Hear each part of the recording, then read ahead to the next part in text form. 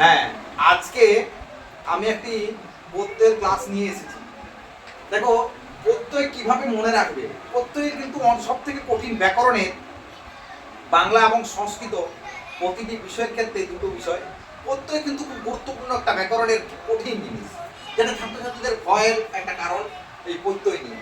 দেখো, নাম শব্দের শেষে যদি জপলা থাকে, জপলা মানে অন্তত জ জপলা হয়, তোমরা জানো না, টাইপ করতে গেলে অন্তত জ লাগে, বাংলা অক্ষর যারা টাইপ করে জানে। তো নাম শব্দের শেষে যদি জপলা থাকে তাহলে কিন্তু স্নেহ প্রত্যয় হয়। যেমন ধরো তারুণ্য, সৌন্দর্য, তাহলে তারুণ্যর মূল শব্দ কি? তরুণ। মূল শব্দটা রাখতে হবে তরুণ যুক্ত স্নেহ প্রত্যয়। বোঝা গেল? আবার দেখো, এর সৌন্দর্যের মূল প্রত্যয় কি? আমি বলি জপলা থাকলে, দেখো জপলা আছে, জপলা থাকলে কিন্তু নাম শব্দের শেষে জপলা যদি থাকে তাহলে হবে সৌন্দর্য, দেখো জপলা দিয়ে দিলাম। দেখো, সৌন্দর্যের কিন্তু মূল শব্দ কি? সুন্দর। সুন্দর যুক্ত স্নেহ প্রত্যয়। এখন আমরা সাধারণত ভাবে সংস্কৃতে যে প্রত্যয় করি, এই প্রত্যয় শব্দের অর্থ আমরা অনেকেই জানি না। প্রত্যয়টা কি সাধারণত তোমাদের বোঝানোর জন্য বলি। যেমন ব্যাকরণে সংস্কৃতের ক্ষেত্রে প্রত্যয় হচ্ছে ধাতু থেকে বিভক্তিকে আলাদা করাকে বলা হয় প্রত্যয়। বাংলায় কিন্তু অনেক প্রত্যয় রয়েছে, ইং প্রত্যয়, স্ন প্রত্যয়, আবার দেখো একটা স্ন ইয়ং প্রত্যয়। যেমন দেখো, স্ন প্রত্যয় সমান হচ্ছে ব বা অ।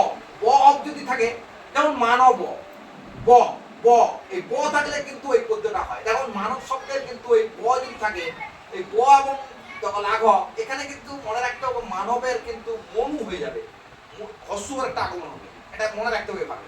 তাহলে হস্যু যদি হয় তাহলে মনুযুক্ত স্ন, মনুযুক্ত লঘুযুক্ত স্ন। এইভাবে কিন্তু প্রত্যয়গুলোকে কিন্তু আমরা বাংলার ক্ষেত্রে মনে রাখতে পারবো।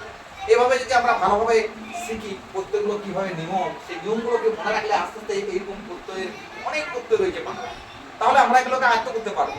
আমি এই দুটো প্রত্যয় তোমাদের উদাহরণ দিয়ে জানালাম। এবার আমরা সব থেকে আমি যেটা আজকে প্রত্যয়ের জন্য আমি বলছি, যেমন ধরো অনেক সময় আমাদের সংস্কৃতের পদ্ধতি, এটাই সাধারণত ভাবে ছাত্ররা পারে না। আমাদের 6, 7, 8 এর ছেলেরা এটাই কিন্তু প্রত্যয় নির্ণয় করতে পারে না। প্রত্যয় নির্ণয় করতে গেলে প্রথমত জানতে হবে বাংলা ক্ষেত্রে যেমন আমি এই নিয়মগুলো বললাম, সংস্কৃতের ক্ষেত্রে আবার ধাতু প্রত্যয়টাই কিন্তু সংস্কৃতে খুব গুরুত্বপূর্ণ। এখানে যেমন শব্দ প্রত্যয় রয়েছে, সংস্কৃতে ধাতু প্রত্যয়ের ক্ষেত্রে যে ধাতু থেকে বিভক্তিকে আলাদা করাকে বলা হয় প্রত্যয়। যেমন ধরো বদ ধাতু, এই বদ ধাতুর বিভক্তি রয়েছে বদ, তাহলে বদ লিখে দিলাম, ধাতুর চিহ্ন দিয়ে দিলাম, প্লাস চিহ্ন দিলাম। এবার কি রয়েছে, এটি কোন কালে রয়েছে? তি, তি তস অন্তি, এগুলো কিন্তু বিভক্তি। তি তস অন্তি, সি থস ত, মি পস মস, দ তাম লঙ্গে, যেমন দ তামন, সতম ত, অম্বম, এগুলো কিন্তু বিভক্তি। এই বিভক্তিগুলো কিন্তু লাস্টে বসাতে হবে আমাদের। দেখো, তাহলে বর্তমান কালে কোন লকার হয়? লট লকার। এরপর বিভক্তিটি যুক্ত করে দেবো, কি হয়ে গেল? ধরো অভবত, অভব খণ্ডত, এই অভবতটা যদি ভাঙি, এটা কি জানতে হবে আমার কোন কালে রয়েছে? অতীত কালে।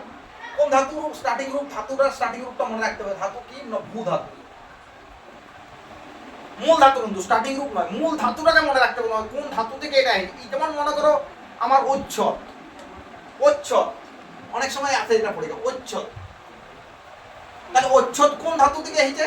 ইস ধাতু। এস মূল ধাতুটাকে মনে রাখবে। ইস যুক্ত কোন ধাতু থেকে? কোন লকার আছে?